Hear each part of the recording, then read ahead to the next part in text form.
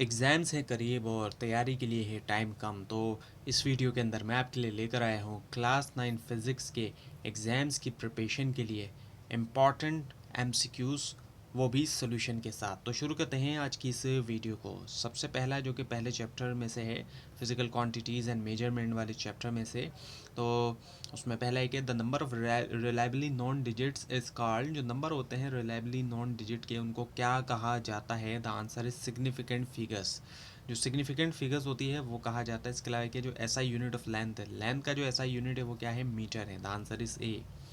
उसके बाद ये कि least count of an instrument means, किसी भी इंस्ट्रूमेंट का जो लीस्ट काउंट होता है उसका क्या मतलब होता है? वो है minimum measurement. The answer is minimum measurement. उसके बाद ये कि which is a drive quantity, इनमें से कौन सी ड्राइव क्वांटिटी है? The answer is force. और फिर चैप्टर 2 अगर हम देखें तो वो है काइनेमेटिक्स। उसमें ये कि the rate of change of velocity is, rate of change of velocity इनमें से क्या है? वो है एक्सेलरेशन। उसके बाद ये कि which is a scalar quantity, इनमें से कौन सी जो है वो स्केलर क्वांटिटी है? The answer is speed. और स्केलर की हम बात करें तो उसकी सिर्फ मैग्नीट्यूड होती है। उसके बाद ये कि speed is constant but direction changes, motion is, अगर स्पीड कांस्टेंट है लेकिन डायरेक्शन जो है चेंज होती है, मोशन जो इनमें से क्या है? Non uniform. The answer is non uniform. उसके बाद ये कि यूनिट ऑफ वेलोसिटी इज़, जो यूनिट ऑफ वेलोसिटी है वो इनमें से क्या है? द आंसर इज़ मीटर पर सेकेंड, एम स्लेश एस, यानी कि मीटर पर सेकेंड। उसके बाद डायनामिक्स वाले चैप्टर में से अगर हम देखें तो ऐसा यूनिट ऑफ फोर्स इज़, जो ऐसा यूनिट ऑफ फोर्स है वो क्या है? वो है न्यूटन, सी। उसके बाद ये inertia depends on, inertia depend करता है इनमें से किसके ऊपर? मास के ऊपर। उसके बाद ये कि जो फार्मूला फोर्स है वो इनमें से क्या है? वो है the answer is F is equals to M A. So force is equals to mass time acceleration, mass time acceleration.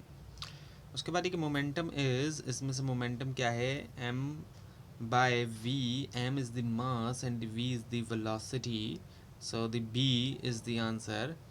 उसके बाद ये कि moment of force is, moment of force इनमें से क्या है? वो है F multiply by D, F which is the force and D is the distance.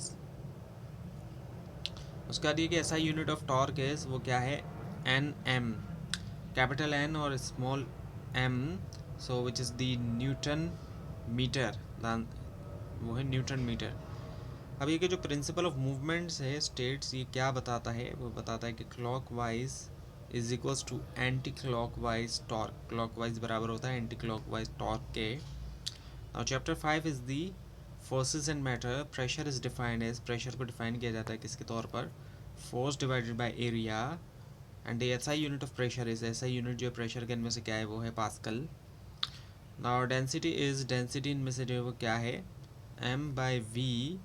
So M is the mass while the v is volume. उसके बाद आता है gravitation. Force of gravity on a body is called, force होती है gravity की एक body के ऊपर, वो इनमें से कहलाई जाती है क्या? The answer is weight. उसके बाद ये यूनिट ऑफ वेट इज, जो यूनिट ऑफ वेट है वो क्या है? Which is the N, so N होता है। उसके बाद ये value of G is approximately, जो वैल्यू ऑफ जी अप्रॉक्सीमेटली तौर पे क्या है? वो है 9.8 meter per second squared. So the next one is in chapter number 7, which is the properties of matter. So Hooke's law relates, अब Hooke's law relate करता है इनमें से किसको? stress and strain, stress और strain को। the answer is B. उसके बाद ये elasticity is, elasticity इनमें से क्या है? returning to original shape, यानी कि original shape पे वापस आना। उसके बाद chapter number 8 work in energy, इसमें से जो है वो जो MCQs है वो है वर्क इज, वर्क जो है वो क्या है? F by D, capital F by small d, F is the force and the D is the displacement. Now the SI unit of energy is, SI unit जो energy का इनमें से क्या है? वो है जूल।